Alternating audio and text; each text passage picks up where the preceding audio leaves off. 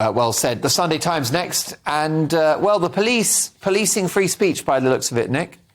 Yeah, well, the headline's police criticised over arrest for gay swastika post. If you've somehow missed this, Laurence Fox posted a sort of composite of the trans flag, and he made it into a swastika to make a political, fairly obvious satirical statement, fairly crude, but he was just making a statement. This would be offensive to many. It was offensive, but I think people were either a bit thick or a bit disingenuous if they didn't see what he was doing, which was a crude satirical statement saying that this has become the new authoritarianism. And that's clearly what he was doing to me. Whether you like it or not, someone then, this veteran who's chosen to remain anonymous, reposted it and then had several visits from police officers saying that he couldn't do this because he'd caused anxiety to someone who had complained. Subjective anxiety caused to someone now gets you arrested, and they bit off more than they could chew because Harry Miller was there, the cop who famously won his case when he liked a limerick. It was this absurd case that he won, landmark free speech case. He was there explaining to the police how to do their job and why they were wrong. And he got arrested for obstructing. Then he was released.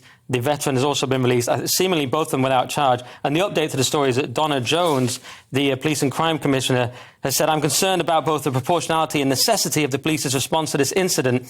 When incidents on social media receive 2 visits from police officers, but burglaries and non-domestic break-ins don't always get a police response, something is wrong." And I would go even further and say we're in a country where rape has been ignored and covered up for decades, while a social media post will get you investigated. I mean, it is that absurd. At one point, I think 5 police officers were involved. Absolutely mad. And let me add one more thing. Alex McCarran filmed it, and he said at one point, he asked an officer, why didn't you then arrest the editorial staff of the Daily Mail who published this? Yeah. And they said, we don't have the manpower.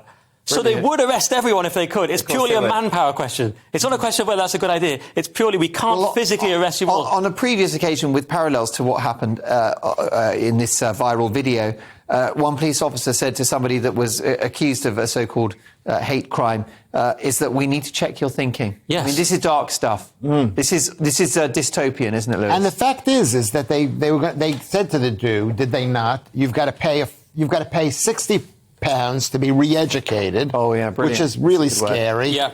Or they say, we're going to arrest you. Yeah.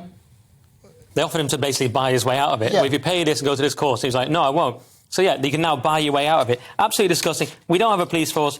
We have some sort of weird enforcement arm of the woke ideology, or whatever you want to call it. Right.